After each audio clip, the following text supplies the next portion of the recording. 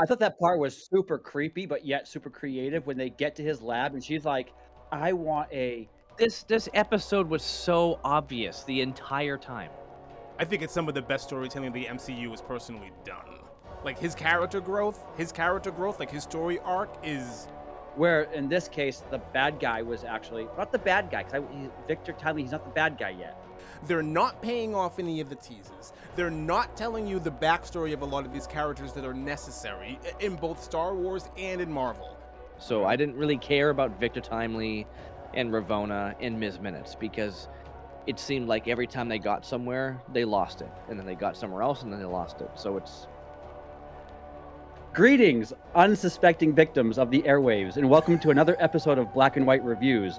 You've stumbled into a realm where movies and TV get a makeover, whether they like it or not. We're here to overanalyze, critique, and perhaps even poke a little fun at your favorite films and shows. So grab your popcorn and brace yourselves, because we're about to embark on a roller coaster ride through the cinematic absurdity that is Black and White Reviews. I'm Chuck.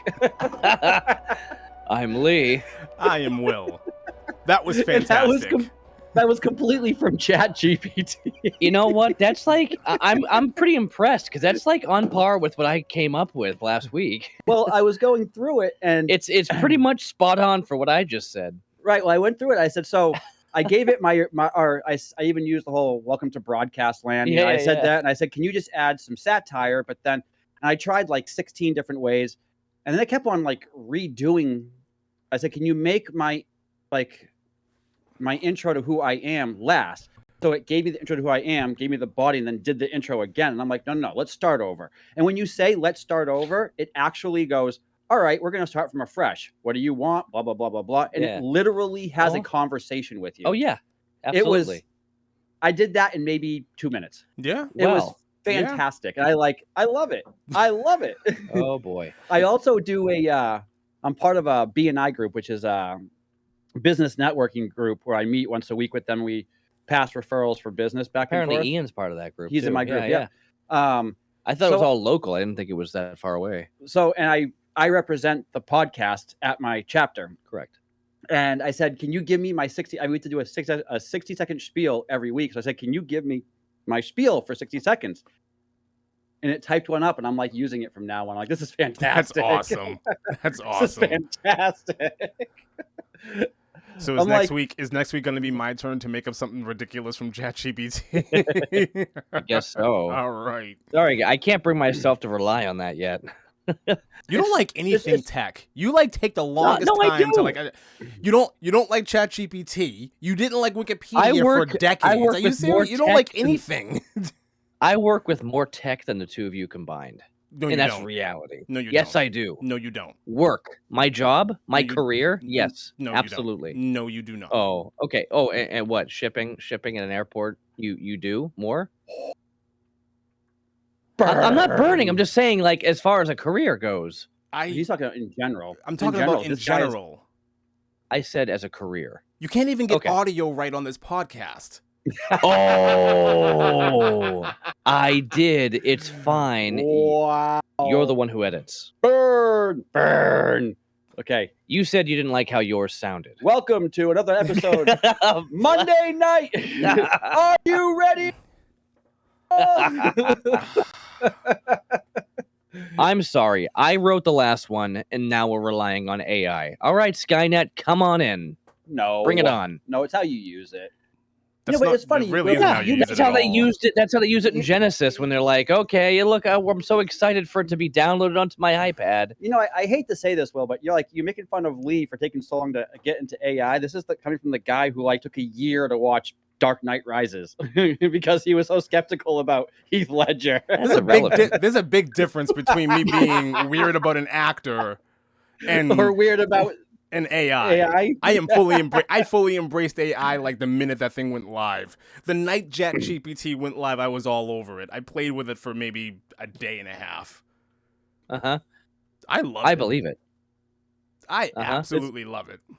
It's well, amazing. Anyway, while we're talking about AI, we're going to talk about this episode of Loki, Season 2, Episode 3, that's all about AI and its jealousy over a variant from 1860 whatever this is ridiculous. I'm sorry. I have to say, I'm going to share how I feel about this episode. Go for it. This episode was called, I don't care, 1893, I think. And honestly, this was the saddest, lamest, worst episode of Loki I've ever seen. Wow. Really? Yeah. I mean, it was such a stinker. It was so boring. I mean, I got what I got from it, but there were so many like, oh, wow, you're not going to like it type things that happened in it. And I'm like, you gave me nothing. This episode was so blah. It was empty. It was air popped baloney. It had nothing. It really had nothing for me. It was pop baloney. That's a new one. Yes. Yeah. You like that? I mean, they drop these little lines. Balder the Brave. Who is Balder the Brave? Well, maybe it's a variant of who Mobius was. That's a joke that people are talking about now because, like, who else would talk about it but Mobius? Nobody. Nobody's ever heard of Balder the Brave. Have you, Will? From the comics? Nobody's heard of half the Star Wars references that were in Ahsoka, but you seem to love those. No, they have if they watched the other shows. And they didn't. The same way the people didn't read a whole bunch of comics. I know, and we'll touch upon that too. And that's the issue with Ahsoka. We want to touch about Ahsoka right now? We gonna talk about Ahsoka? We gonna play footsie? We gonna play footsie right now? It doesn't matter. I mean, I'm just saying. I'm just putting it out there. No. If you're gonna have that problem with Loki, you kind of have to have the same problem with Star Wars. I don't have the problem with Loki. The problem I have with this episode of Loki is it's lame. There's not a lot of meat. It's very just like full of air, just for fun. Not really that exciting. Like Loki and Mobius were like barely a part of this. And honestly, I think that's what made the show the best was Loki and Mobius and having their back and forth. I feel like they were barely a part of this episode. So I didn't really care about Victor Timely and Ravonna and Ms. Minutes because it seemed like every time they got somewhere, they lost it. And then they got somewhere else and then they lost it. So it's why bother pushing into that if they're just going to walk away from it 2 seconds later? So they didn't really build into any characters and they didn't show the main characters enough. So for me, this episode just didn't really quite cut it. I mean, there's some funny parts in it. Some things I will touch upon as we go through it, but the reality is, I think as a whole, I like the first two way better. I like the first season way better. But if we're going to talk about Ahsoka for a sec, the reality about Ahsoka, I know we talked about it before. The reality is, halfway through it, they went so far into focusing on nothing but the animated series that it did not capture new fans' attention. Was that part of the article you sent? So the article that I linked the two of you earlier on in the week basically describes that between the third season of Mandalorian and the opener of Ahsoka, there was a 40% drop off. And between the premiere of Ahsoka and the end of Ahsoka, there was another 40% drop off. Now I'm gonna be gracious and say that this is probably fans who specifically went to Disney Plus for Star Wars content, and then they just checked out. I'm being charitable when I say that. So yeah, that's kind of what the gist I got from it. But yeah, there was a chunk of that audience that did not care about what happened in Rebels. There was a chunk of that audience that did not care what happened in Clone Wars, and they pieced out because Ahsoka explained nothing. It just kind of expected you to know. Yes. Wrong button. Okay. The guy who knows more about technology than you. Really? So, no, I actually completely agree with that. The thing is, so I have watched that EU stuff, the animated stuff, and I said, I really wish this wasn't all so focused on that. It's one thing if they allude to it and they bring the character in, but you spend time kind of explaining it a little bit, but not make the entire focus on them. Like, seriously, Ezra Bridger, sorry, I keep wanting to say Ezra Miller. Ezra Bridger, his character, they made such a big stink about him, where it was like, when we were watching the show, it's like, is he going to be a bad guy? Like, what's the deal with him? Because they kept on, like, pushing him. And then they introduce him, and in the end, it's like, hey, I'm here, guys. I'm back home. and you go, well, I guess we just have to expect that he's okay because they tell us he is, and because there was a whole TV show about that. And honestly, it's feeling almost like I said about the sequel trilogy, disjointed, where they were expecting people to rely on the extended universe, the animated universe, to fill in all those gaps, but yet they're pushing it and pushing it and pushing it. So this whole series of Ahsoka was just to give Dave Filoni tons of credit and tell people to go watch the other stuff. But they didn't. But no one wants to. Nobody has the time. They didn't Nobody tell you to go cares that watch. much. They didn't tell you to go watch the other stuff. They just expected you to know the other stuff. They explained it though. No, they to didn't. A point. Okay. You explained it. You explained it. You explained it. You know it. The average person, clearly, the average person who was watching that show knew nothing of that lore, knew nothing of those stories because they checked out. And the proof is in the numbers. I'll be honest. The Clone War stuff, I thought that they touched upon it enough. Please be Lee, not honest. Okay. I feel like the Clone War stuff was good enough. I mean, you guys enjoyed the Ahsoka Anakin stuff, and it was okay. Like, you kind of got the point that she was like trained by him and everything else, and that's fine. But everything with Ezra was a Rebels timeline. Everything with Ezra, everything with Sabine, yeah. Sabine, everything with Grand Admiral Thrawn, like all of that stuff should have been built up a lot better than it was and explained a lot better than it was. It wasn't. You can shake your head no all you want to, but the one thing that you cannot do is argue. The one thing that you cannot do is argue with numbers. They did not do a good job explaining or laying out the groundwork for anything. I agree with you. I'm shaking my head in disappointment, not in disagreement. Okay. There's a difference there. I completely agree with that. The thing is, I saw these things. I viewed all the stuff that they were talking about, but as a viewer who, we've talked about this before, if you're watching a TV show, if you're watching a movie, and there's something that's like movie related that also has some type of lore that's comic book or something that's not from that same exact medium, you need to really hand it to people. You have to give them. It's like sales. Chuck, you've worked in sales. You have to earn the right to sell to somebody. You can't just shove it down their throat and say, "Oh, just accept it because I tell you it's okay. Just buy it because I say you need to buy it." It's like you have to talk to the customer, understand exactly who they are, exactly what their life is like, and say, "Okay, you know what? These products would work the best for you because of X, Y, Z, and then ABC." So in this situation, they just shoved everything down people's throats and said, just buy it because, we already talked about it. If you didn't watch this, then screw you. That's basically how they did it with Star Wars. And I feel so bad. I feel so bad for so many people who did not watch that stuff, who don't understand how this is a great continuation. But it's like, I've been on both sides, and I really see where Disney has lost it. If you've read the books and you watch the animated series, I could see you really enjoying what Ahsoka had to offer. Yeah, but if you didn't, you're lost. I still hated the ending. I thought it was super lame because it's like, come on, Grand Admiral Thrawn is not that much of a doofus. You can't best him like that. Well, okay, but they did here. It's like they turned him into an absolute joke. So. This is something that Disney has been doing for a long time. They started years ago with a little thing, and then it grew, and it grew, and it grew, and it's an indoctrination for the children, first of all. And they're doing it in one way with that, and the rest of it, they're doing it in the sense where they're trying to actually just, to your point, they are cramming things down people's throat, whether they like it or not. So I was watching live action Beauty and the Beast with my kids the other day. Overall, not a bad movie.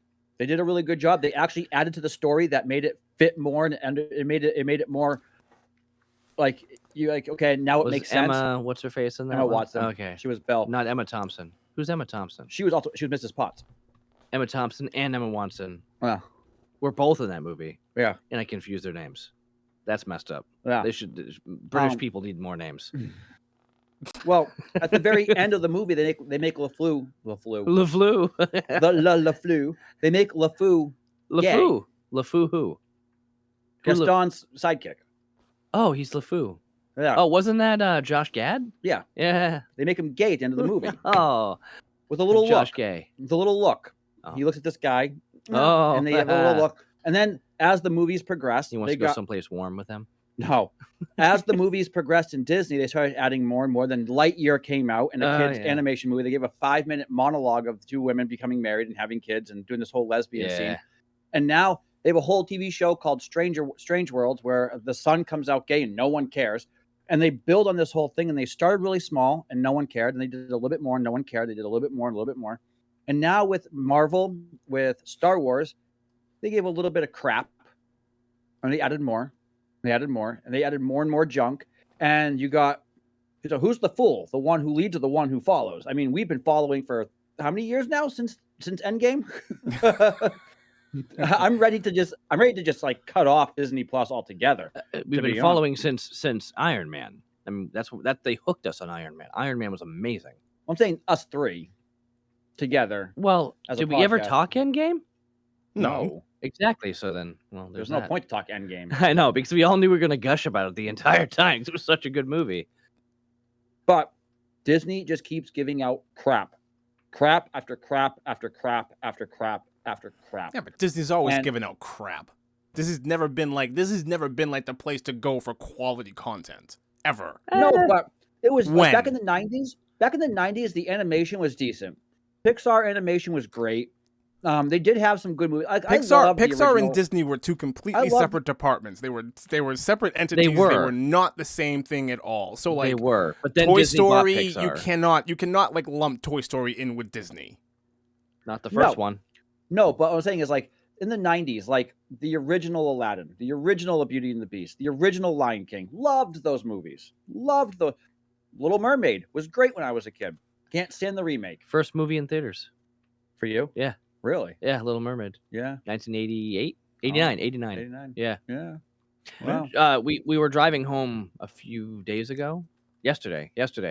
And we started putting on music, and I totally forgot about how funny the chef trying to cook trying to cook not in the live action. What's his face? Oh, not in it? Took it out completely. That was the funniest part. Wee ho ho. Yep. Like it was hilarious. They ripped out so much of that movie, and they added in so much like Eric is adopted.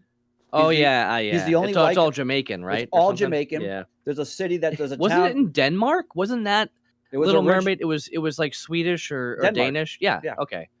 And she turned into sea foam at the end if she didn't like. She died in the original. Yeah. In the original book, foam. She died. That was in her the ending. Cartoon. Old she gets Eric.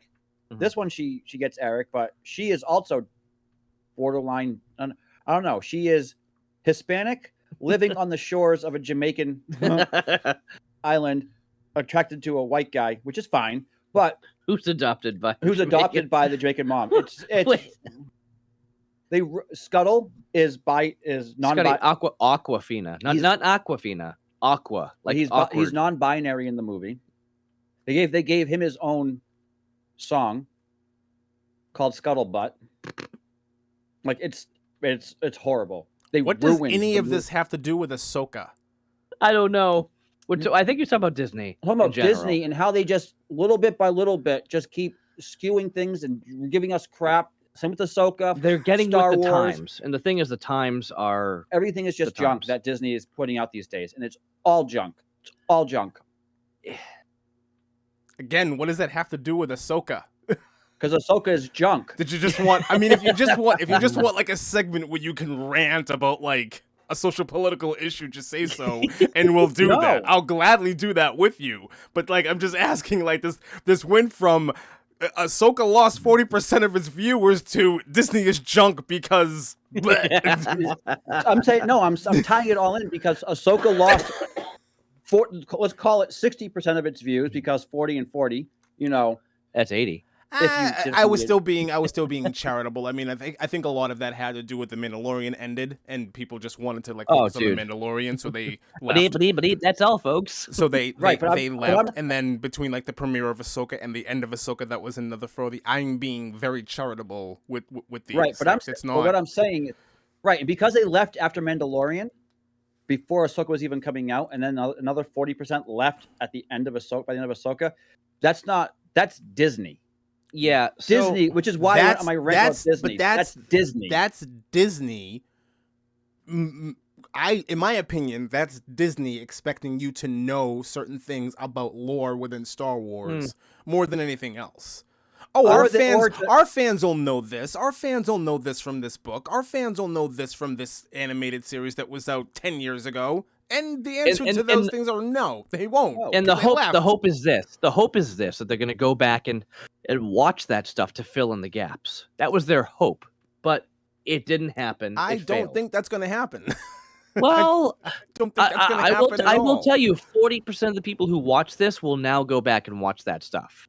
You would think. They will. But the problem is, there's that 40% that said, I'm all set, I'm checking out because you expect me to watch all this garbage. 900 episodes if I watch these and we've talked about this. You guys, listen, I'm not interested in animated stuff. And I was really reluctant to go into Clone Wars. And the only reason why I did go into it was because I'm like, my kids and I can watch this together. Okay, hold on. So I tried watching the first 3 episodes of Clone. The first episode I watched 3 times of Clone Wars. So I could not get into it. It was boring. I didn't care. By the end, the writing was so good. I was like, oh man, I really wish I started this sooner. So let me get this straight. You just said that you don't like animation, yet you went through the entirety of Clone Wars. You went through the entirety of Rebels. Yeah. You went through the entirety of Bad Batch. I did not go through the entirety of Bad Batch. Okay, I can't get back. You asked Will to do a podcast on the What If series from Marvel. Yeah. Which was solely animation. Yeah. You're the only one who enjoys animation. I'm sorry, but one of the first podcasts you and I did solo was a Goofy movie. That was a great movie. Okay, an animated cartoon movie. So glad I was not there for that. Oh, you missed it, dude. That's one of our that is one of our highest, most downloaded episodes. All right, it's so bad good. Movie. It's a bad movie, man. It's a bad movie. Man. It is not a bad movie. You gotta watch that movie. Your mouth. Is so good. You better watch what you say. I'm not gonna watch what I say. I'm not gonna watch what I say. I'm sorry. I'm an adult and I have no children. What is there for me to enjoy?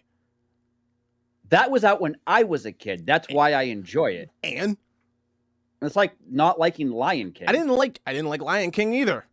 Well. I never got in. Go from a bottle to Jack Daniels, a bottle to a bottle.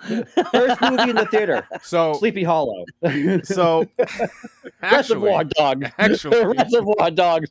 6 years old watching Reservoir Dogs in the theater. I can see Will now. He's sitting there with a bottle. A family member whom I will not name brought me to see Pulp Fiction. God. I'm not kidding. How old were you? 6? 8. When that movie came out. My God. Yeah, no, definitely 8. I was 8. So it's true. You skip all your childhood stuff. I did not. That makes terrific sense. I did not have a normal childhood at all. No, you didn't. So I don't like to get too personal. I like to be really reserved on here. I don't like to give too much away about myself. Of course, you say of course. No. So my story is. Then, what's your birth date? What town were you born in? And None of your business. No one's ever going to know that stuff about me. No. So I did not have a typical childhood at all. No. I don't want any apologies. I don't want any sorries. My mom died when I was 8, so I grew up real fast. Fast. I left childhood behind after that happened.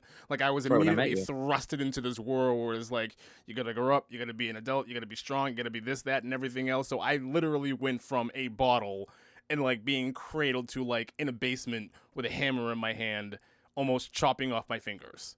It was almost instant for me. So I did not have a normal childhood. So everything that you're talking about right now, Goofy movie, The Lion King, all of those awesome Disney movies that you're talking about, they completely went over my head because they did not interest me at all.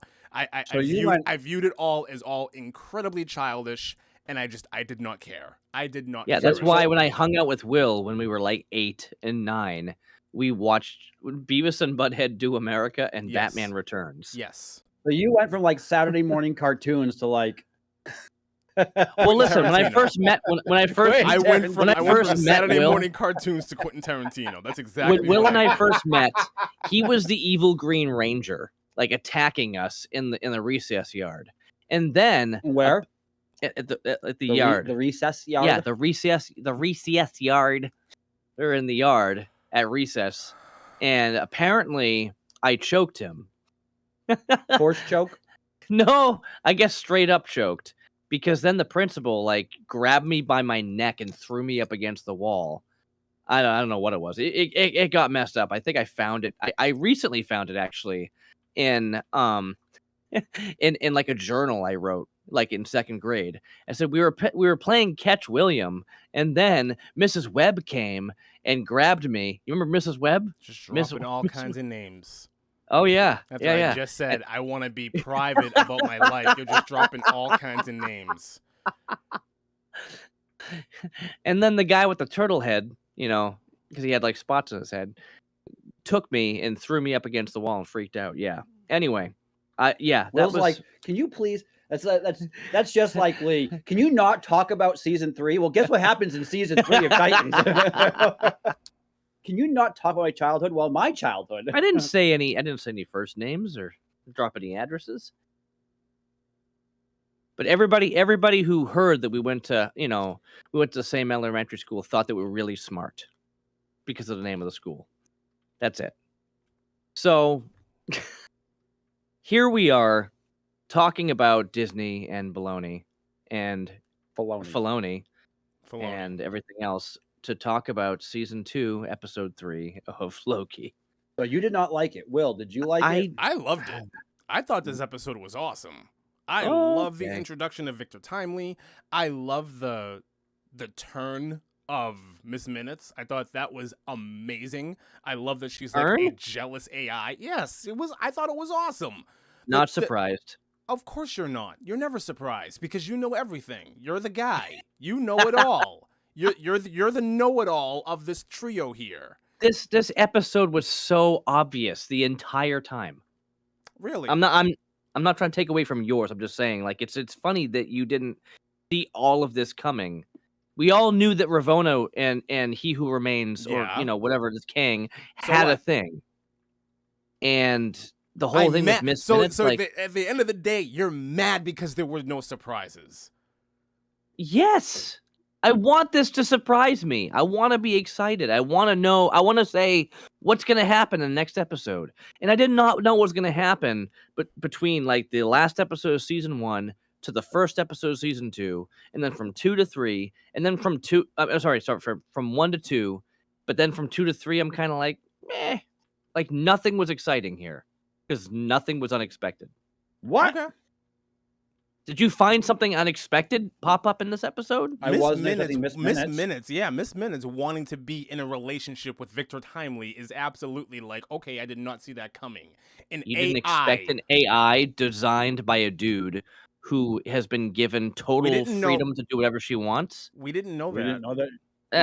It was pretty clear. We did not know until this episode that she had full autonomy. No, it was very clear she had full autonomy when we saw her at the end of the last season when she was talking to Loki and Sylvie.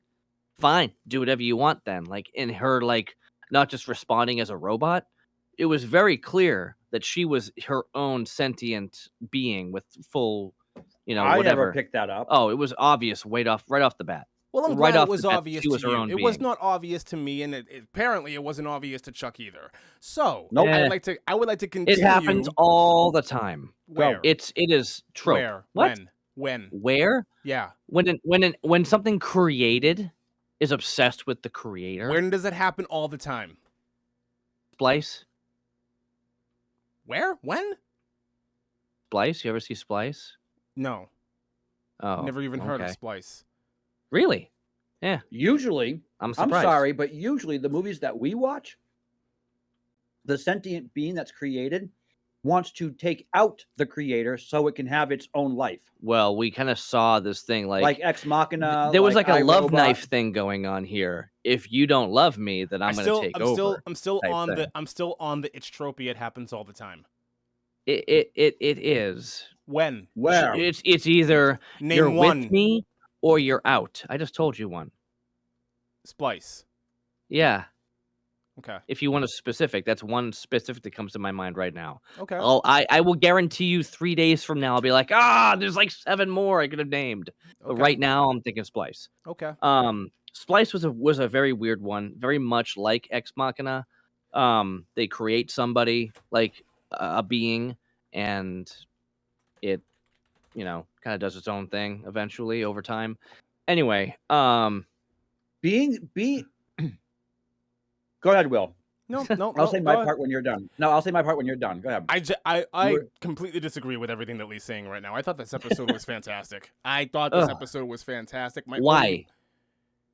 Let him share. What did you like about it? Because, first of all, because Jonathan Majors is a fantastic actor, and his being injected into this gave it a pulse that was desperately needed. Okay, there is only so far that the comedic duo is going to work before it wears itself thin, and everything that's going on between Loki and Mobius has been wearing itself thin. It doesn't work every week. You cannot consistently do this jokey, ha ha, aren't we hilarious? Look at us, aren't we a riot? Before it absolutely starts to fall flat. And to be quite honest, between the first season... You thought Professor Quirrell made sense? His weird, like, stammer the entire time was, like, good acting. I loved it. It was amazing. I didn't like it. I couldn't buy it. Because he wasn't funny. No, it wasn't that it wasn't funny. It was just that he wasn't... This goes back to my point. Things that are not funny to you do not do well. I don't care about funny. I want mysterious. I want something to shock me. And this didn't shock me. This just made me look at him and say, he's just faking it. It just didn't see... I couldn't buy it. How was he I could not buy his character. Oh, I loved it. What was he it. faking? His stutter? Yeah, I couldn't buy it. When he's on the ground and his life is being threatened and the stutter doesn't go away, you still think he's faking it. Yeah, it didn't fit. It didn't feel genuine to me. His acting seemed really fake. Okay.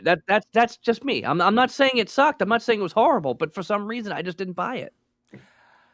Anyways, if you want something to shock you, or even if you want something to feel just different, that's exactly what this episode needed to feel just different. It's a completely different version of Jonathan Majors as oh my god, I'm completely He Who blanking Remains. on this. He Who Remains, or even King the Conqueror. It's a completely different look on what that character is. It's a completely different look on what a variant can actually be. And I actually like what they do with time travel, how they give him the book, and it completely does like a circle thing in this episode without any of the characters really even knowing it, and I think that's intriguing. Like, so that's called a bootstrap paradox, is what that is. Okay. The bootstrap paradox we've seen in a few other things. One biggest thing, Chuck, you might remember from Doctor Who, when the whole thing was like going back in time and meeting Beethoven and giving Beethoven his own music, his own sheet music. So Beethoven then had his music. It's like, well, then it's the whole chicken before the egg type thing. It's like, where did it originally come from? It was something that was from Beethoven, but then somebody had it in the future and then brought it back. Yeah, but he didn't write the book. Yeah, exactly. Exactly. But he brought the information. What you're describing. But he brought the information back. The information from the future came back, and that's what inspired this, which then produced the book later on. What you're describing, because what you're describing, if you know what Ouroboros is giving... means, Ouroboros is the name of a snake eating its own tail. You're just talking about Biff going to the future and bringing the sports almanac back to the past. Not this is what that is. But, yeah, I guess it's along those lines. Like, yes, but the thing is, the idea. You're describing the artist being given his own art before he creates it. Right. That's not what's happening here. Regardless of his own art or not, the point is this never happened until somebody from the future came back to make it happen. No. But the difference here is this never happened in this timeline. Are we sure? Yes, because they took the TVA. Did we finish the episode or the season yet? The original guy who made it, He Who Remains, was killed. How do we know this is not him in the future? Because he was sitting in the chair, dead at the end of this episode. How do we know this is not Victor Timely in the future? Because how do we know it's not another variant in the future? Because the one that got it, that created the timeline, is the one who is dead in the chair at the end of the episode. I get it. He created the TVA manual. They took that and went to a different timeline. Ouroboros created the TVA manual. That's the whole point. Ouroboros created the manual. That's why I'm disagreeing with Lee with this whole bootstrap thing right now. Yeah, right. If Ouroboros created the manual and they're just going and giving it to Victor, that's much more like Biff getting the almanac than it is anything else. Them going back now, if they go back in time and they himself. give Ouroboros the manual, then you're right, and that's where I have a problem because you're doing this secular thing that doesn't make a whole lot of sense. That's not what's happening, though. Circular. Okay. Circular. Not secular. Okay. Secular, circular. No, those are two different words. Very different words.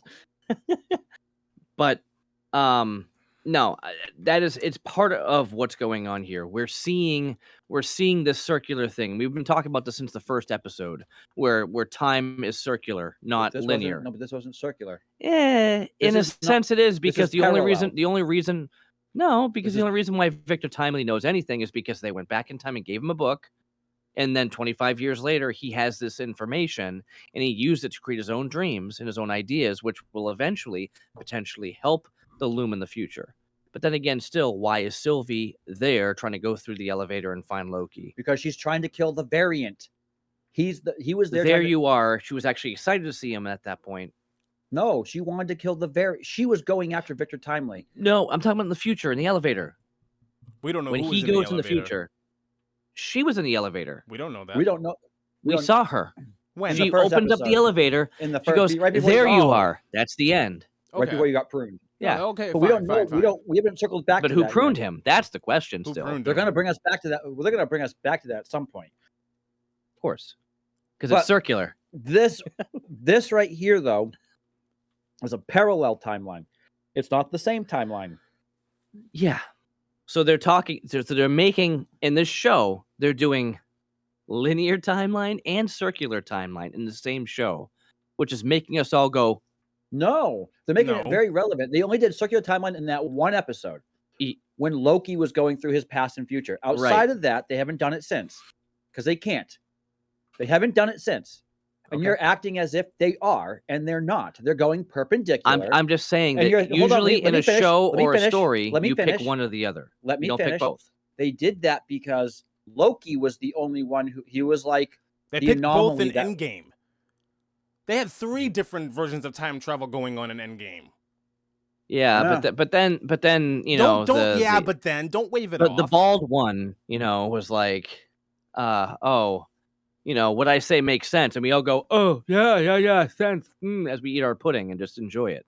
When it didn't make sense. It did not make sense. What part didn't make sense? When she sat there and tried to explain how time worked and going back and taking stones and bringing them back, no, that didn't make sense. How did it not make sense? It didn't make sense because of everything else we've ever seen, every other theory about time travel, because they undid it in everything else they did. But she didn't say that. Bruce Banner said that. Bruce Banner was talking to her. And he's the one who said, well, if I bring the stone back, it'll fix the timeline. This is not the point. This is not the point that I was trying to bring up when I said that. You said, usually when you're doing things, you pick one or the other. You don't do both, or you don't do blah, blah, blah. They've been doing this since Endgame. They have introduced the concept of many different types of time travel in this universe years ago. So Back to the Future did it.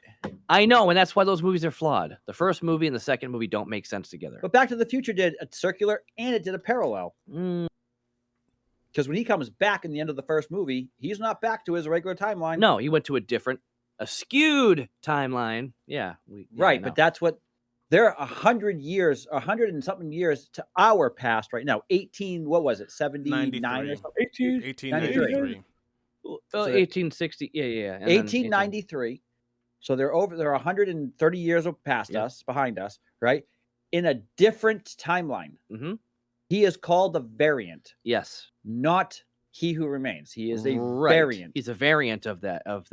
He's a variant of that guy. He has no idea. So they took this, gave it to him. Mm-hmm. Biff brought it to his other self so that in the future he could be rich. So that in the future he could be the one who runs So the for TVA. doing that, we've got this timeline here. They took this from this timeline, brought it back in the past to then create a new timeline up here. A parallel timeline. To make a parallel timeline until it was time. And then they're going to take him like they did, walk him through the door and bring him to this timeline. Bring him down to that timeline. Yeah, that's the idea. Right. And now when they bring him down to this timeline, he will replace he who is dead, he who remained because he's dead, but no longer remains. And then he will be the new Kang the Conqueror. It's going to be so weird. The thing is, basically, has been like written out. Basically, they did this in Endgame. That's they went my back other to thing. Thanos. He has not been written out because he's here. He's here because they already shot it. Okay. Way before all of his baloney. Let's okay, so he's under what investigation right now for domestic assault? He hit somebody? Yeah. He got into a domestic dispute with his woman. I don't know the full story. All I know is that he got into a domestic dispute and there are allegations and there are charges against him for assault, right? Okay. Yeah. Yeah, I don't know what's going on with him. I don't follow. There was also a whole thing where he was actually like, when they first introduced him, he was not supposed to be the big end all and that's it. But then it happened. Like it was accidental. Honestly, like Marvel did not know what they were doing when they first introduced him. And then they're like, hey, this might work. So they went with it. And then all the stuff happened with Jonathan Majors. And they're like, oh, just like they did with Barry Allen here. We're like, now we have to pedal back. Why do they care? Barry Allen is a different thing because it continued. He did not stop. He did not slow down. He doubled down on all of his nonsense.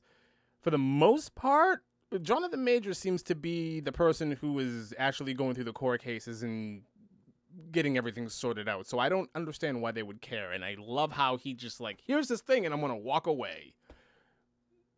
Don't care. I love it. I absolutely love it. Say something. Not you, him. Yeah, really. Hey, I'm leaving for a moment. I'll be right back.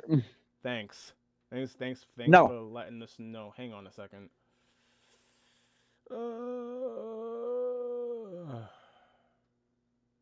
We should talk about him and then let him listen to the podcast and then hear everything we say.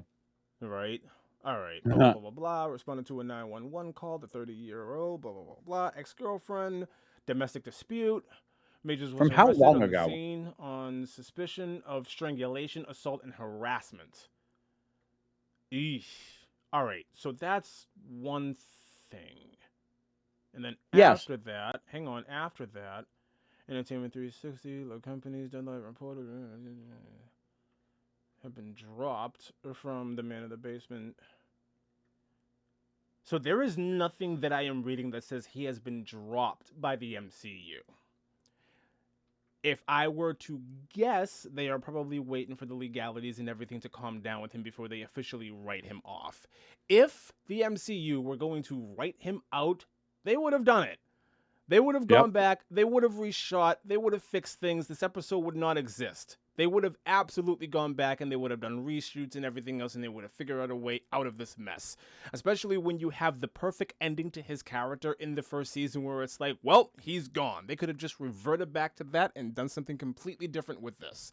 They didn't. Right, but do you remember what you said in the last episode or the first episode of the season? Where you're like, "Did you see that guy who was holding the book and being all creepy in the hallway?" I do. Like that's the variant. That's the variant of Kang. I didn't say that. There he is. It's the variant. Yeah, you never said that. I never said that was the variant of Kang. I said that they could have a new guy and they have a perfect guy right here because there's somebody acting shady in the background. I never said that could be the variant. I never said that could be the variant. Then what were you saying he was? He was just trying to speculate. Why do you have to do this? It's like, you said this thing, it's going to enter my brain, jumble around, and I'm going to make something up. Why does that have to happen? I never said he was the variant. I never said he was replacing Jonathan Majors. I said, that's a guy who could be a guy or somebody because he's acting shady. That's all I said. That's all I said. Which could have alluded to Alluded to what? Why does it have to allude to anything? The words are coming so out of my mouth. you were just saying, okay, there's a stick of gum on the floor, and somebody might pick that up. Guy. That's I mean, all I it could said. mean nothing, but hey, maybe it's Big Red. Understand the words that are coming out of my nobody mouth. understands the words coming out of your mouth. It's very simple what I said. There's a guy, he's acting shady. That could be somebody that we could pay attention to. That's all I was saying. I never said he was a variant. I never said he was replacing Jonathan Majors. I never said he was going to be the new Kang the Conqueror or whatever. I never said any of that. I did notice that he did stand up, though. Was he the real Slim Shady? He was the real. Wow. Listen, I cannot look at our pastor's youngest son. Oh, he definitely went after that. And I said it last week, and I said it again today. I walked up, and it's like, wait a second. Did somebody ask if the real Slim Shady would please stand up? I said it to Aaron today, and we were right next to him, and he's just like, yeah, I guess so. But anyway. You should ask how the trailer park was at 8 Mile. Well, when nobody was there and I was getting my bass up and running, I was playing boom, boom, boom, boom, boom, boom, boom, boom, boom. Have you seen that movie, Will? 8 Mile? Me and everybody else on the planet 20 years ago, yes. No, I did not ever watch that movie all the way through. I've seen bits and pieces. I've seen many clips. Never saw the whole movie. Really? Yeah. I saw it in the theater. Yeah, I bet you did. I did not. I was 9. 20 years ago? No, I'm just alluding to you. Thank you. In your childhood and watching. Thank you very much. I'll never forget my mother taking me to see Dogma when that came out in the theater. And so, I mean, it's funny to me because it's like, I had like many Catholic relatives, and my mom and one of her coworker friends were like, let's go see a movie. And they took me to see Dogma. And now, it was a rated R movie, and I was not able to go see a rated R movie, but she's like, no big deal. And we watched it, and I went. If they're good Catholic people, they should have brought you to see The Exorcist. Yeah, exactly. That would have made more sense, but that was 1980, right? Exorcist, the beginning, with what's his name, who played the Doctor in Avengers, and in Thor. What about why is there a rated R movie? What happens in that movie? That's language. The language is horrible. There are no language. Anything. There? Have you ever seen anything with Jason Mewes? Jay and Silent Bob? Yeah. Well, yeah. Okay, fine. Yeah. Everything from Jason Mewes. Yeah. Dude, everybody's in that. Dante's in it. Randall's in it. Or another good Catholic movie is Constantine. Let's do Constantine. I actually really like that movie. It's October. Did you see? No, I just love the dude whose name always escapes me, who plays the devil. That guy is the man. The Russian dude from Armageddon. Yeah. Oh, yeah. He is so good in this. Or what's her name who plays the White Witch who plays Gabriel. Yeah. Did you see the Constantine and Batman? Huh? Did you ever see the Constantine and Batman crossover? And my gosh, it's fantastic. It is amazing. They brought John Constantine into the DC TV show, right? For a couple of times. I have no idea. They did. They brought John Constantine. He was like a dude smoking cigarettes or whatever. Yeah. Sure. Was it not in the Arrowverse? It might have been. I thought you watched Arrow. I don't remember. Okay, yeah, I do remember him introduced a few times.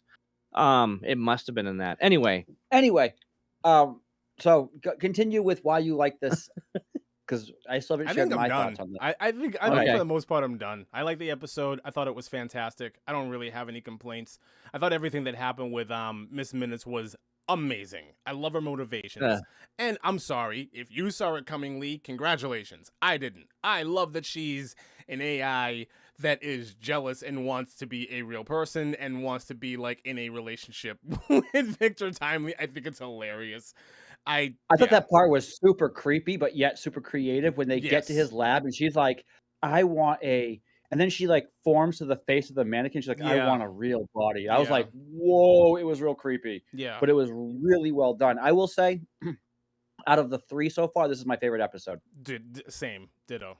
Yeah, I loved this episode. I enjoyed this episode through and through. I loved Loki in this when he's when he's going to the show to see Victor Timely, and that big dude is like getting in his face, and Mobius is like, "Take this outside, just do it," and he just goes, poof, and the guy disappears, and he ends up in the cage out. The amazing Loki, everyone. And then they're out in the back. He's like, "Just go for it." He does it again.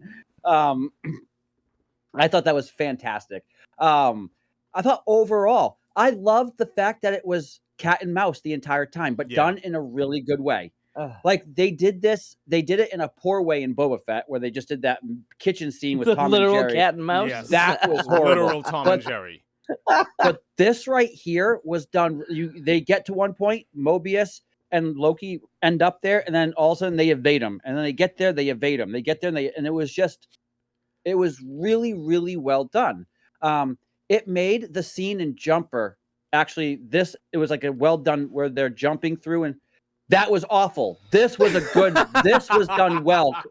Okay. But that's what Jumper was trying to accomplish. Yeah, kind of. This is what Jumper was trying when they were trying to when he steals the car and they're jumping through each portal. That was pretty cool. I love that scene. But I what they add tried one to more accomplish. thing. I want to add one more thing before you continue, because I was thinking about this as well. I'm surprised you have such a problem with this, Lee, because you're usually the person who's like, I'm so against cancel culture, it sucks. And now you have an example of it like not taking effect, and you're like, it sucks. No, I'm not. It's not about cancel culture. It's just I didn't buy it. No, okay. So the episode itself, what the episode was getting to, I'm fine with. I just don't like how it was portrayed. I don't think it was acted well. I think it was just like there were too many like cooks in the kitchen at the same time. No. And it just like when it was there, nobody really got their time to shine. Can you do me a favor? How do you enjoy movies when nothing surprises you? I don't anymore. Well, and that's the problem. So somebody told me years ago, like, you have to watch Stranger Things. You have to watch it. And I was like, Don't okay. say anything. I'm not. I'm just going to say, like, I went into it saying, I'm like, okay. I mean, I saw what I saw of it and said, oh, that's supposed to be like a cool mystery and some stuff happens and like things are going to be shocking. None of it is shocking. It is all super obvious. Nothing is a surprise. I don't know it's why just you would in take your it like face. that, because I am going to speak for probably everybody who recommended that show to you. Nobody recommended that show to you expecting you to be like, ooh, a mystery. People recommended that show to you because you are nostalgia incarnate. That's why. Yes, but I'm also like the biggest hipster, apparently, because when everybody loves something, I get annoyed by it. So right now, the past like 5 years, the 80s has been the coolest thing. And it annoys me so much because it's all the baloney of the 80s and not what made the 80s really cool. Nothing. So it's all, it's all. The 80s were junk. Nothing made the 80s cool. There was one time when everything you and I in the were 80s together. was baloney. That's there what was made one it so time when funny. you and I were together and we were listening to something. I don't know what it was, but you had some song playing and there was like all this synth that broke through in the break, and you hit pause and you looked at me and you said, "This is everything you hate about the 80s, isn't it?" And I said, "Yes." It's like everything. Yeah. The 80s was junk. The 80s was such a trash decade for everything. Cars were junk in the 80s. Gremlins. Movies weren't the best in the 80s. Listen, Not really. Terminator. Hair was awful in the 1984. 80s. Terminator. There's a was few. a fantastic Okay. film. There's exceptions to each genre. To each. I mean, for what it was. I mean, that was There's exceptions. Mario Casar, James Cameron, like very, very early. I don't know about There that were first fairly Terminator low movie. budget. I don't know about There that were first Terminator exceptions to movie. everything. Linda in the Hamilton 80s. in that movie is... bleh. She's horrible in that movie.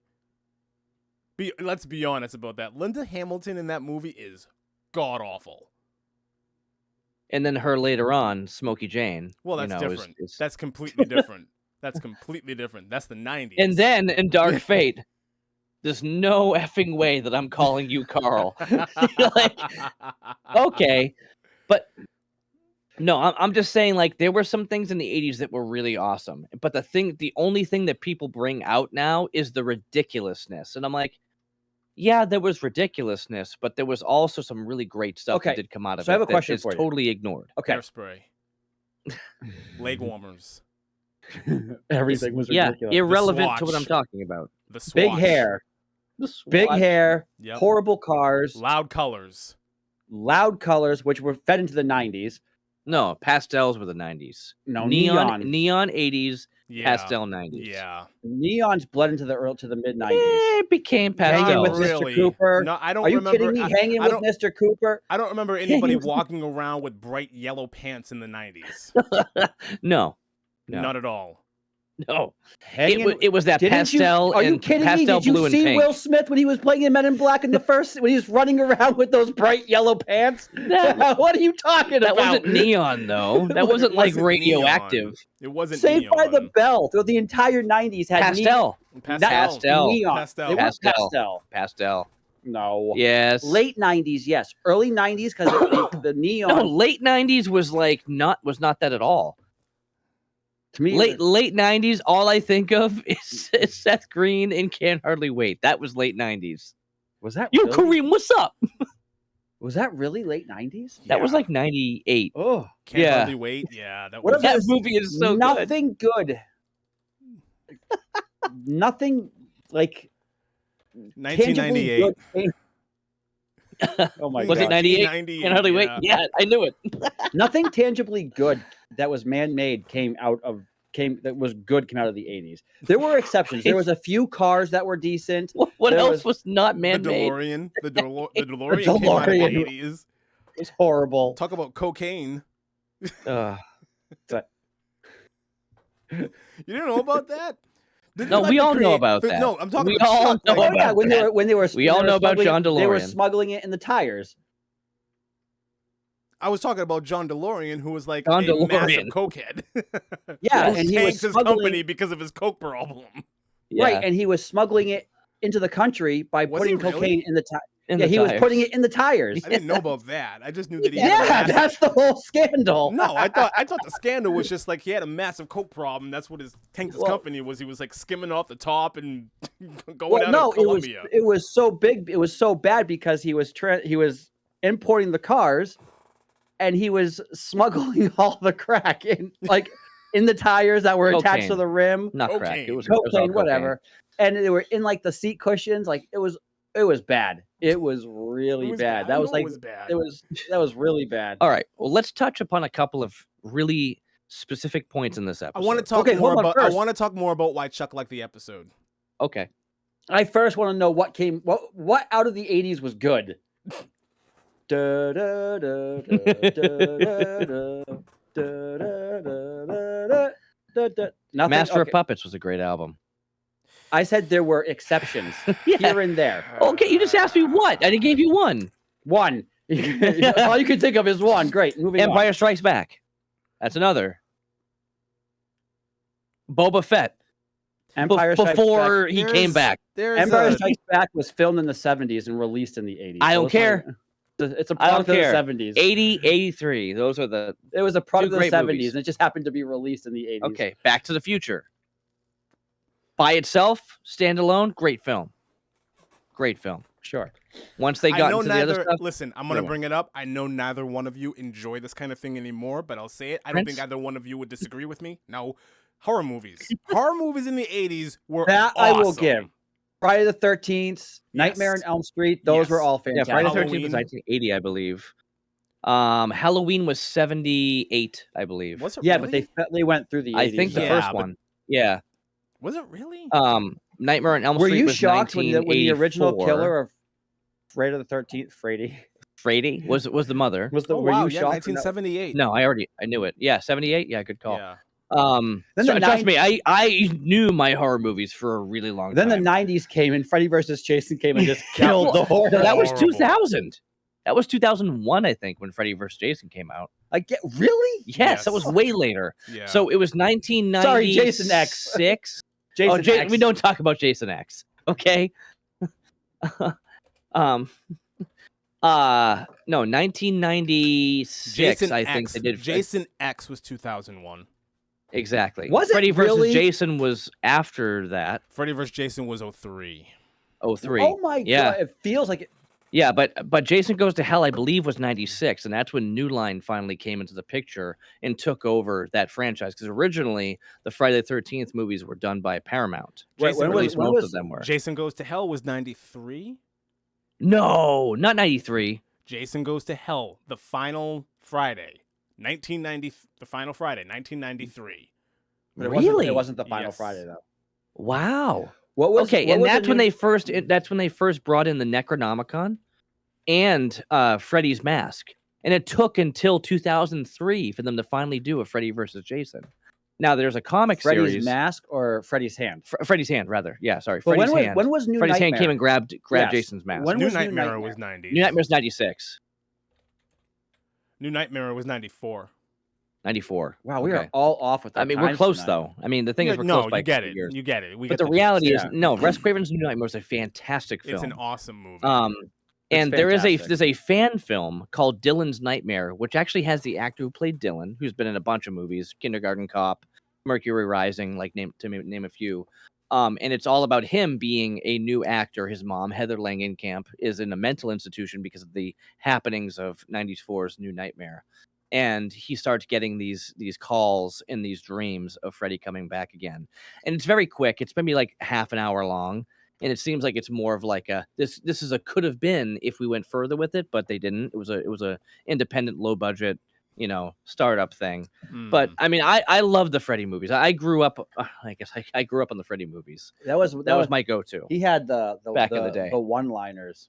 I mean, Yeah. welcome to prime time. Welcome to prime time. Well, every movie had a different one. Oh yeah. And they all stuck. I mean, nobody. The one that people don't remember. Want to get high? What was that? What was the line when he had the syringes for his Yeah, fingers? Yeah, yeah, that was ridiculous. That was in the best one, which was 3 Dream Warriors. Dream Warriors. That was fantastic. But the one That's that my everybody favorite one. everybody forgets is Freddy's Revenge. That was Nightmare on Elm Street 2. Nobody remembers that movie. It was such a forgettable movie. Basically, the kid and his family moves into 1428 Elm Street. I think and things start happening there. I know where And then you're Freddy- coming from. I know where you're coming from with that. I think a lot of people forget about those sequels because how can you top Jason's mother being the killer? How can you top Right. Johnny Depp going through the bed? Like, how can you act? They're unrealistic expectations to like really. Oh like, yeah.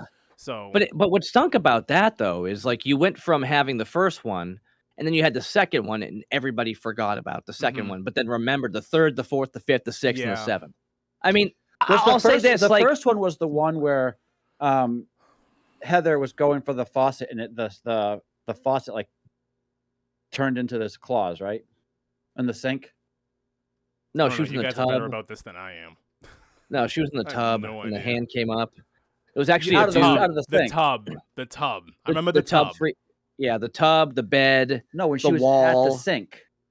The wall above when he's coming Yeah, through yeah, the yeah. wall. That was Yeah. crazy. With a sheet. That was a sheet, a taut sheet. It was you watch that now and I mean for me, like who likes to make like practical effects, I loved everything they did in that first movie. The oatmeal stairs, as much as Wes Craven hated the idea, but the producer loved it. Like all these dumb things, like you look back and you're like, man, that was such a great idea. It looked stupid like now looking at it with like in HD. But back then, like, how else do you make this look cool? right. And they did. The dude, I mean, I'm gonna go off on Freddy here because I just like Freddy was always my go-to. The dude, remember when he lights him on fire in the basement and he chases after him? Yeah, like that dude was supposed to just like fall over, but instead he went all the way up the stairs and then fell down. And Wes Craven's like, we gotta stop this, and the guy just kept going. And they almost lit the whole set on fire, but they're like, but it looked so cool, and they used it. Do you know where he got the name Freddy Krueger from? It was his high school bully. High school bully. Yeah, Fred Krueger. Like, and he always says, like, man, if he looks back now and Fred's watching this, he's gonna be so mad at me. So I will say this: Wes Craven is the smartest and yet the dumbest director I've seen. Was. Sorry, yes. He died like 5-6 years ago. Yeah. What I'm saying is he did Last House on the Left in the 70s. Yeah, and he did the remake too. And then he redid his own movie. He did that with Hills Have Eyes as well. And when he redid the movie, I was like, why would you? Yeah, What? Like, Yeah. Doesn't make a whole lot of sense. it doesn't. But you know what I want to rewatch? I saw it pop up recently, Red Eye. I remember really liking Red Eye. with Scarecrow? Yeah, Cillian Murphy Yeah. and Rachel McAdams. It was a good movie. I really thought it was great, and I mean only the saw story it was once good. and I remember nothing from it. We should do it. Maybe Why when not? I watched it, I was like half in, half out. Yeah, I would. It's a thriller. It's not horror. It's a thriller. Let's do it. All right, do it. cool. But I'd love to revisit. I mean, that was back in like 2005, so I remember like Revenge of the Sith, Waiting, and Red Eye were like the Waiting. few that came out around the same time. Well, Red Eye came out, and that was big because he had just cut it off of Dark Knight Rises, off Batman Begins. No, he wasn't even in that yet. I don't think He was Batman Begins first. He was Batman Begins. Oh, okay. He was yeah. You're right. That's what brought him on. It was the right map. around the same time. They Yeah. both came after out the it. same year, so it's Yeah, kinda, 2005. Yeah. Yeah. Anyway, So Loki. does anyone want to hear what I thought about it? Nah. No? Okay. Have a great one, everybody. We'll talk to you later. So What do you think? So What do just you for think, Chuck? context, Batman Begins came out in June. Red Eye came out in August. So Yeah. who cares? Yeah. It was basically the same time. But Loki. I was still right though. Congratulations. Batman came out first. Loki. We all saw it at the same time. Pretty much. Loki. So- I mean, Loki- 28 Days Later came out well before that, and that's what I know him from. Yes. I forgot about that. Yeah. But Loki, season 2, episode 3. Yes. I really, really, really, really, really enjoyed this episode. Compared to the first two. More than the first 2. Really? Both of you guys? Yes. You like this episode more than the first two episodes? 100%. Way more. Wow. Yeah. Okay. And All right. I loved the well done version of the cat and mouse. Where in this case the bad guy was actually not the bad guy because Victor Timely, he's not the bad guy yet, but the antagonist, let's call him, is always one step ahead. He's one step ahead in this case, because Miss Minutes is one step ahead. She's been doing this since the beginning, and I enjoyed the whole Sylvie coming in and being a wrench in the middle of all this, throwing things off. I don't know what's worse right now, her frustration with Victor Timely and her hatred towards He Who Remains, or her irritation with Loki right now, basically with herself, Yeah. himself, him, You got themselves. it. You got it. Yeah, Yeah. you know. So with that being said, I thought the Ferris wheel part was fantastic. The chase scenes were fun.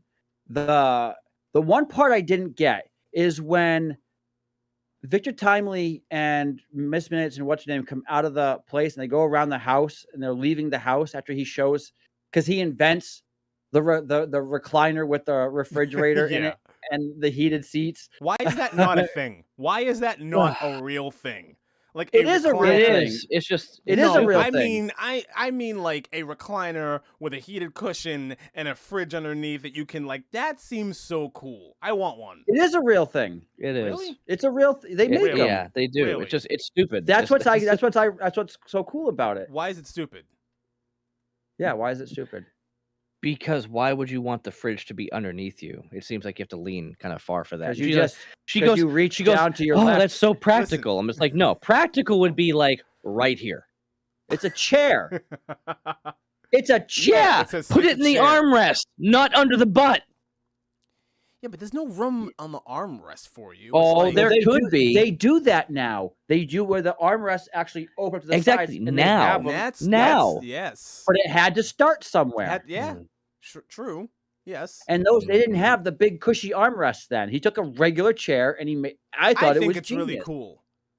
I thought it Really- was genius. It's really Doc Brown-esque. Like that's kind of what they were going for with this character. I felt like. I thought his stutter was fantastic. I did was I. like, this guy was on par. I first when Loki first sees him and you see the shock on Loki's face, you're Mhm. like, I've never seen Loki scared. Holy crap, he's scared. He looked nervous. He said he is terrifying. He's terrified. That surprised me. Something else I loved about. Oh, wait, whoa! I thought nothing in this episode surprised you. It surprised me. It surprised me that he was nervous about him. Why? Why That's wouldn't he it. be? Why wouldn't he be? Because he seemed to understand him and believe him the last time we saw him see him. Not be like, okay. There's the question of like the whole like, I trust my God and I fear my God. This was beyond I fear my God and more of I'm petrified of this dude. He's petrified of this Yeah. dude. He didn't seem petrified of him when he first met him. He didn't know what he was all about when he first met him. And suddenly he does now? Well, he gets out of his meeting with the He one who created remains, or some- at he the end of. So he's at the end of time, and he has this conversation and everything else, and then he gets thrown out of that place, but whatever. Yeah. And then he realizes, oh my God, this guy's behind everything, and it's all a massive joke. Why wouldn't he be terrified of him? He realized he's behind everything that's keeping things okay. So why is he afraid of the dude who created the thing Because that saves them all? Your interpretation of is he's his- keeping control of everything and keeping everything okay. Loki's interpretation is this is a prison and we're all enslaved. No. Sylvie's impression is that, not Loki's. His fear, though, is he was telling Sylvie to not kill him at the end of season 1. Correct. Because if he kills him, worse things would happen. Correct. And she killed him. And now worse things are happening. Right. So now he's terrified because worse things are happening. Oh my. And he gets back to the TVA and he prunes the wall and he's all behind it. He goes out and I can understand why he would be terrified. I get that too. Now, so let's talk about the real big thing here. Let's talk about Loki's character himself.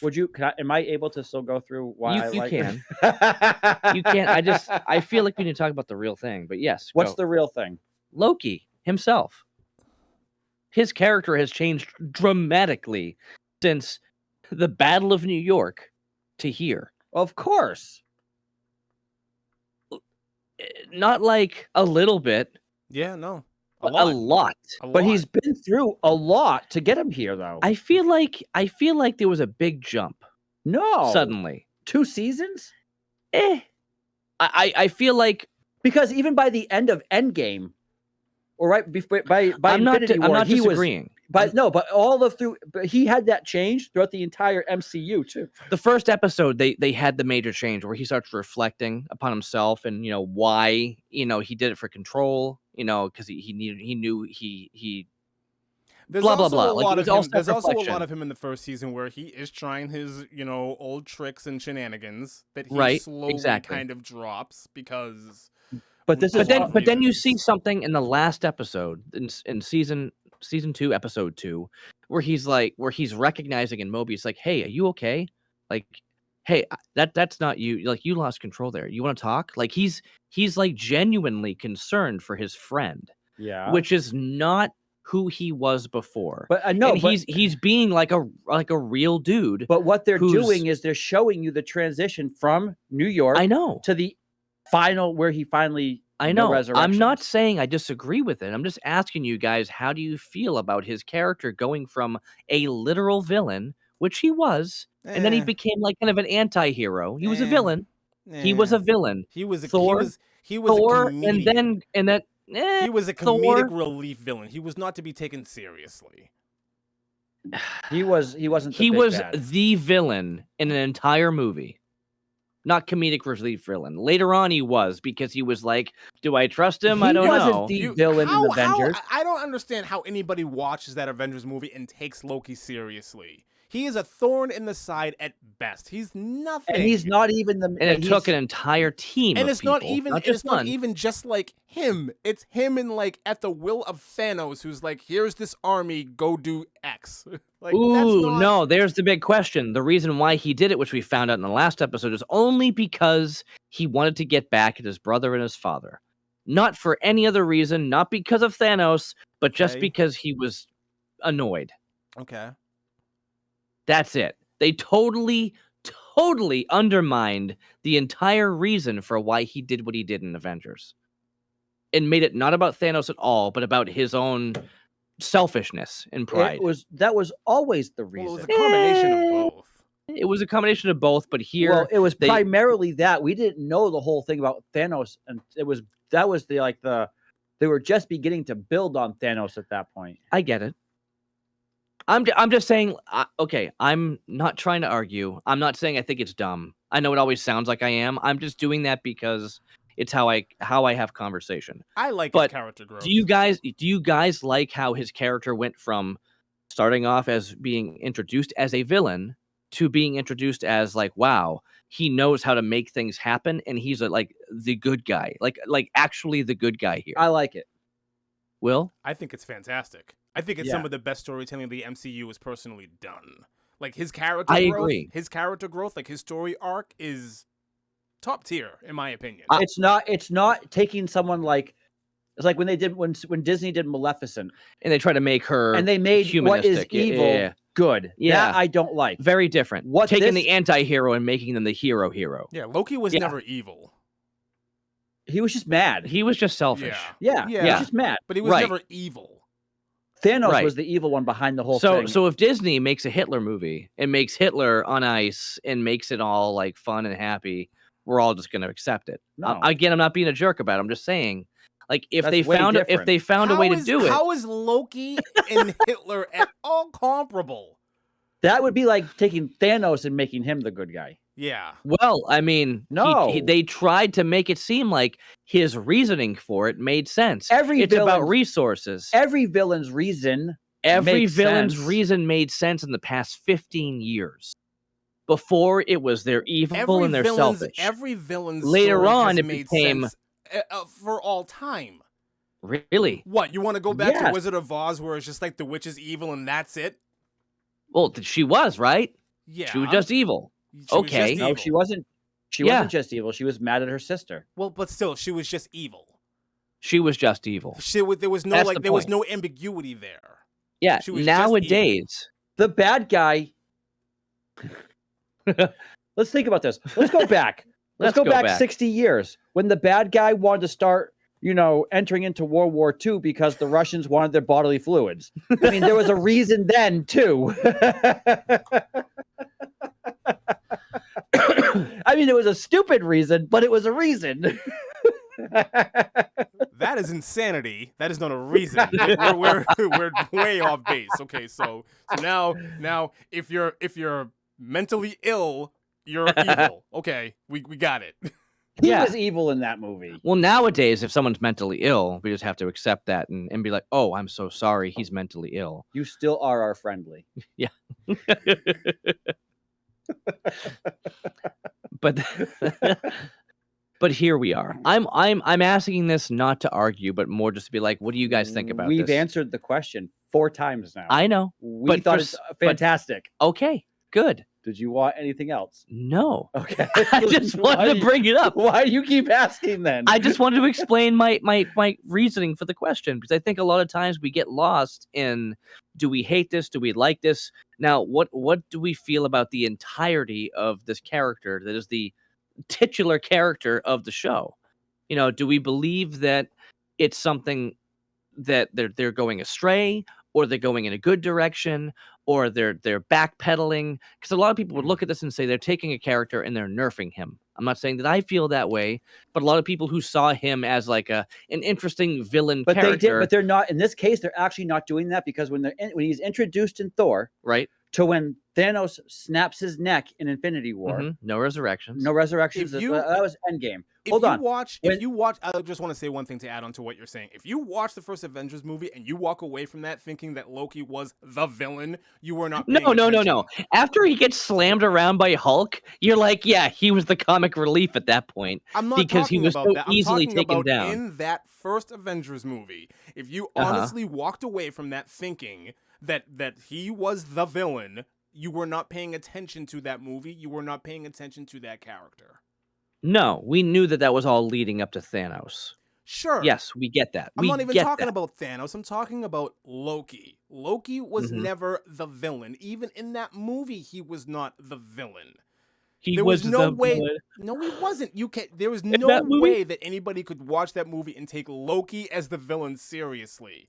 You can take the army seriously. You can take the external threat seriously, but Loki, you cannot take seriously at all. He was in the that one movie. taking over people's minds And and having them do whatever he wanted. that makes him the villain. I mean, there's no way to really dodge that. He was. Whether or not he, like, held water because he was kind of a joke is irrelevant. He was No, it's not. It's not irrelevant. The antagonist, rather. It's not irrelevant. If you're a joke, if you're the joke, if everybody's clearly pointing at you and say, "Ha ha, look at this guy." Listen, there's tons of movies where the bad guy is a joke. All I'm saying is they didn't nerf him because when they started in Thor to when he dies by the hand of Thanos, when he dies by the hand of Thanos, he is a good guy. There was already lots of character development. They already transferred. Now they're just showing you how that happened. And what they did in the first episode of season 1 is they basically cut out all of that stuff because they went back to when he was still from New York. They cut out all of that character development and did it all in one episode so we could then move on. They basically cheated the system in order to give us the Loki that we learned to love without having to go through all those movies and without him being dead. Right. Yeah. And honestly, I liked it because it's like, wow, what a way to cut through it. It was cheating. It was cheating and it actually made sense and it worked. And I accepted it. And that's why I liked the first season. The first season, I've got no qualms with the first season. Fantastic. I loved it. This one, this is the big thing. We have watched and talked about a lot of things coming out from Marvel and from Star Wars, and everything has let us down. Andor aside, everything has let us down. I'm just anticipating this letting us down too. Because the first season was so good. Okay. I feel like this is where it's like, I hope this is the worst episode we see. So next week when we do episode 4, I'll just give my thoughts on episode 3 next week with episode 4. Okay. No big deal. All you said was you like it. I've been trying to say other things this whole time. Do you like it? I loved it. Okay then. Why? Why did you like it, Chuck? What about this episode did you like?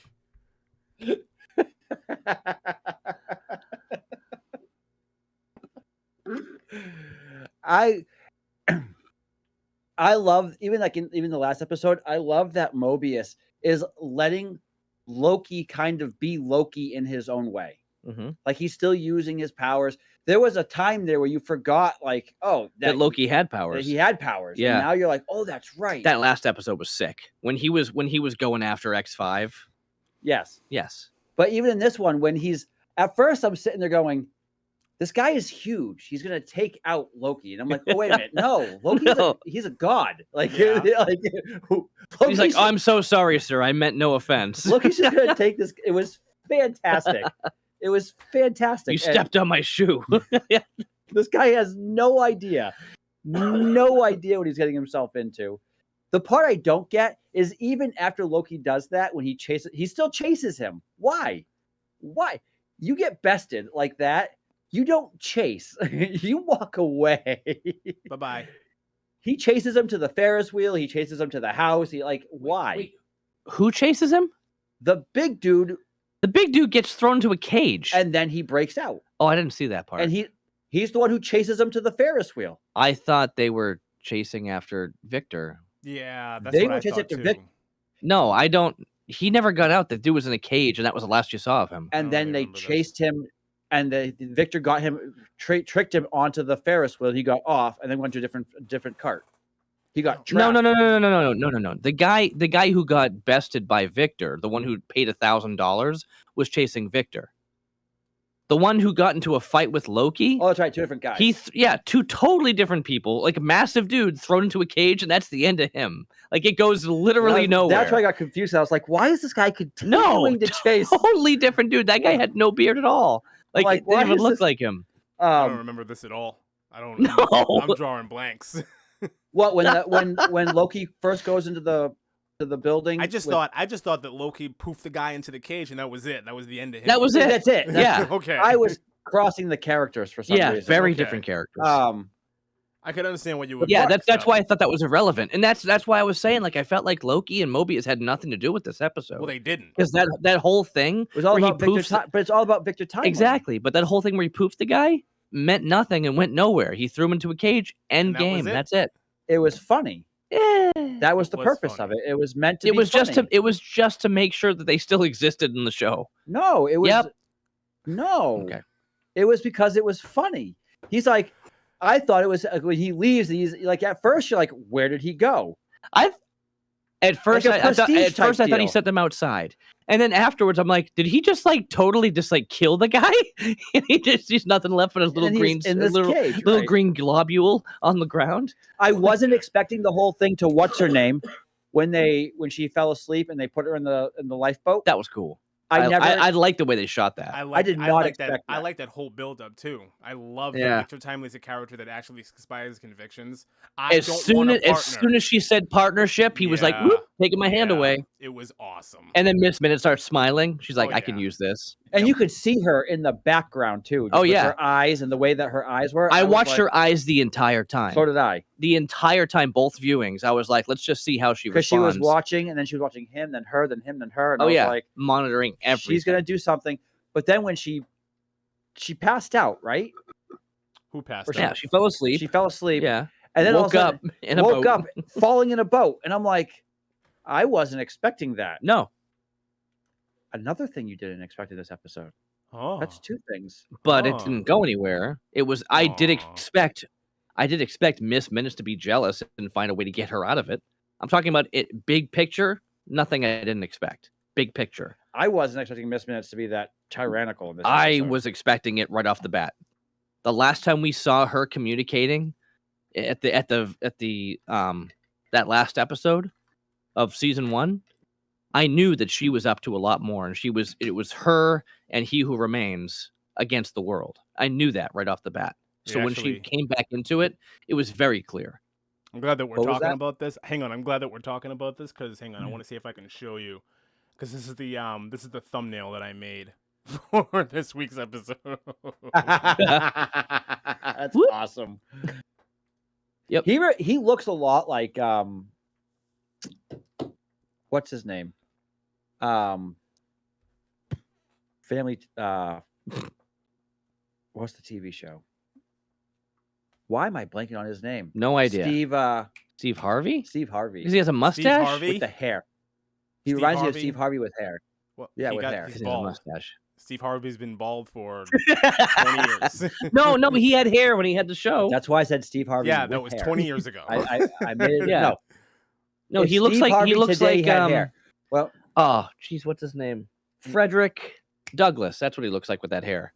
Okay. No, I'm just saying not that. That's Frederick Douglass. Facial features, his mustache, just everything about him aside from the hair. If you gave Steve Harvey hair, that's how I would imagine him to look. Okay. But we all know that Lee. Well, you said a lot of it too. Okay. You went into a lot of it too that I liked. I liked the twists and turns. I enjoyed the cat and mouse. I enjoyed the comedic effect that Loki did bring to it in this situation. I actually thought that the one thing I could have done less without was Sylvie. She's the only thing I wasn't a fan of. Frederick Douglass. I mean, that's yeah. She was the one thing I was like, I could have done without her coming in and trying to break things up. So the funny thing about her though is, so the actress, when they did the first season, she was like postpartum. She just had a baby, so she looked plumper. She was like healthier looking. Now she's like really, what's the term, gaunt, or whatever. Like she's very, very, very thin. Yep. She looks like Skeletor-ish. I don't know how else to put it. Doesn't. No, I'm just saying. I don't like that they changed her look so much from the first. Well, because of the '80s, the mullet thing. I get that, but the thing is, like, she's very, very, very thin compared to how she looked before. She looks very unhealthy. Speaking of other things that came out of the '80s that are not cool, the mullets. Wow. Hey, our friend who has joined us has a mullet. No, hasn't joined us, but listens to us. Yes, has a mullet, and his wife thinks it's, in her words, sexy, hot, sexy. It's sexy, but Weird. I am actually. I can't do the mullet. I'm sorry. Neither can I. I love you, bro, but I can't do the mullet. Did you just do that? Do what? This? Did you just? You did that so like. You That's didn't the one say thing anything. I will not do. I will not grow a mullet, but I support the mullet. I don't.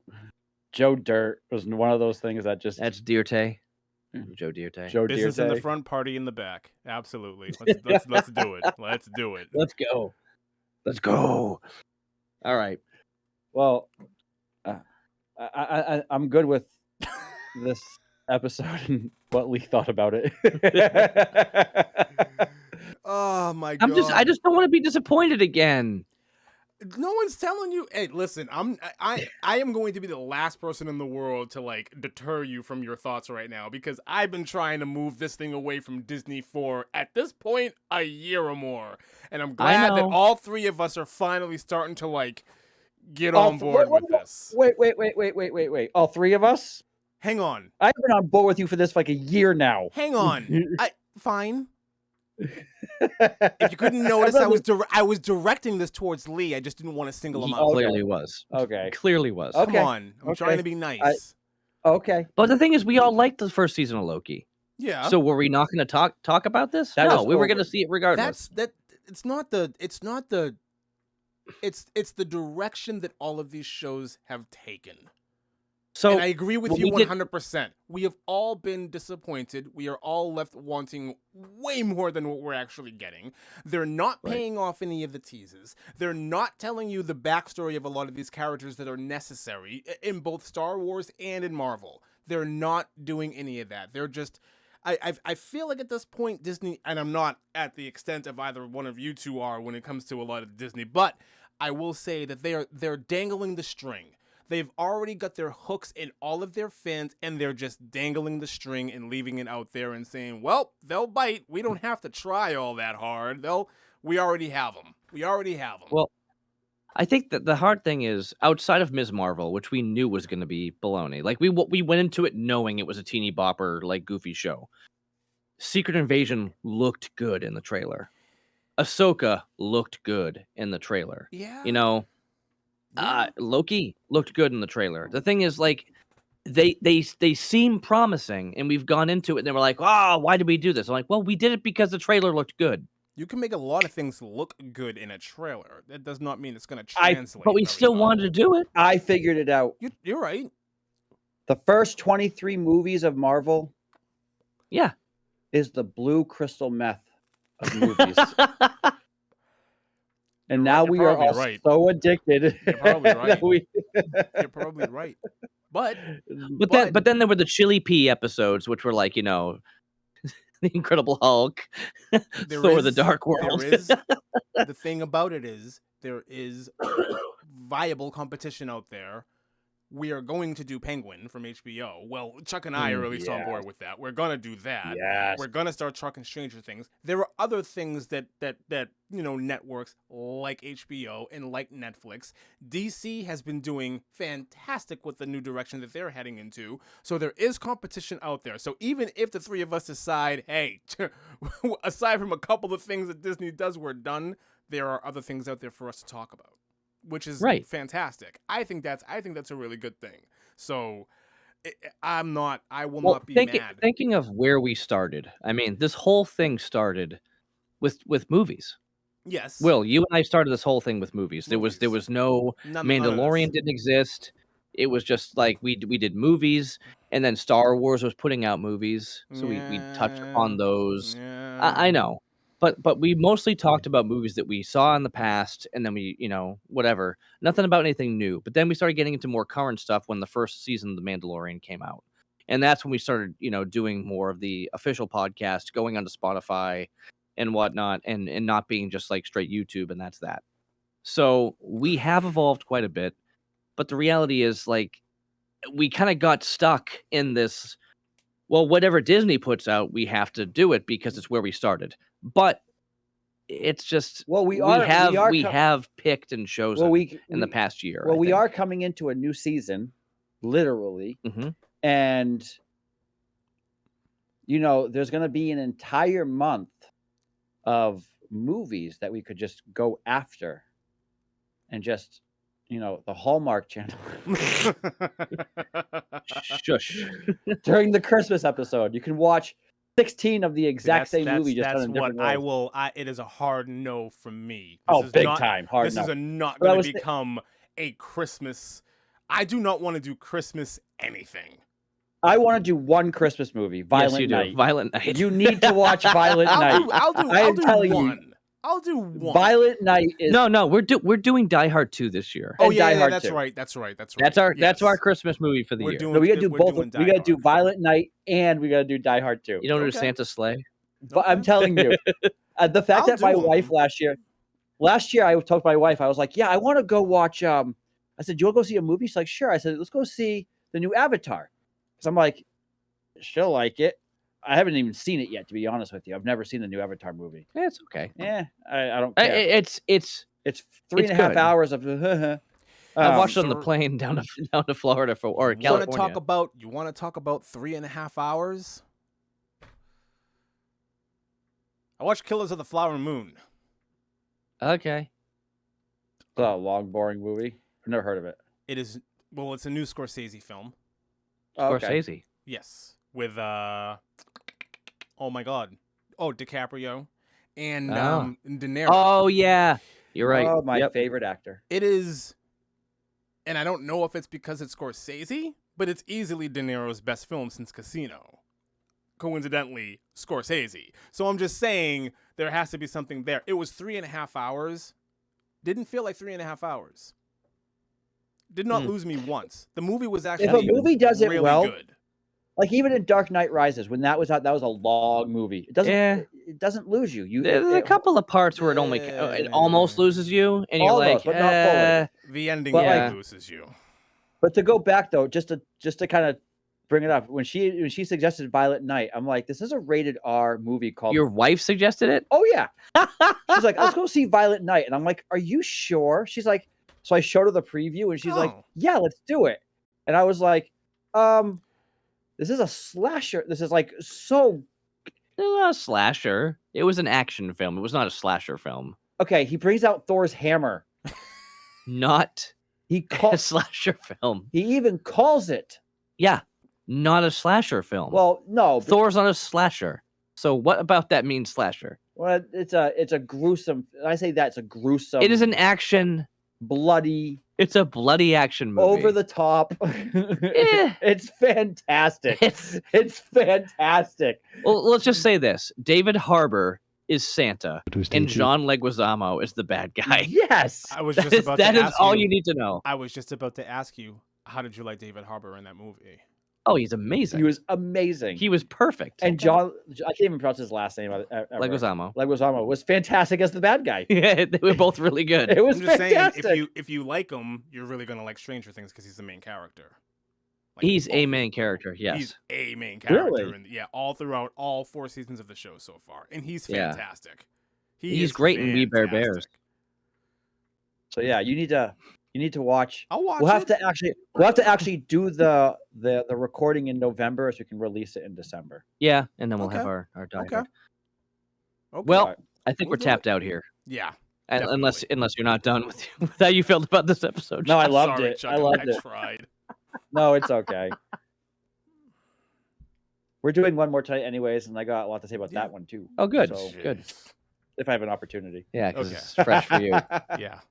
All right. Cool. All right. Well, thanks everybody. I guess we'll catch you next week and talk about episode 4. Right. I gotta look up ChatGPT and have it give me a goodbye.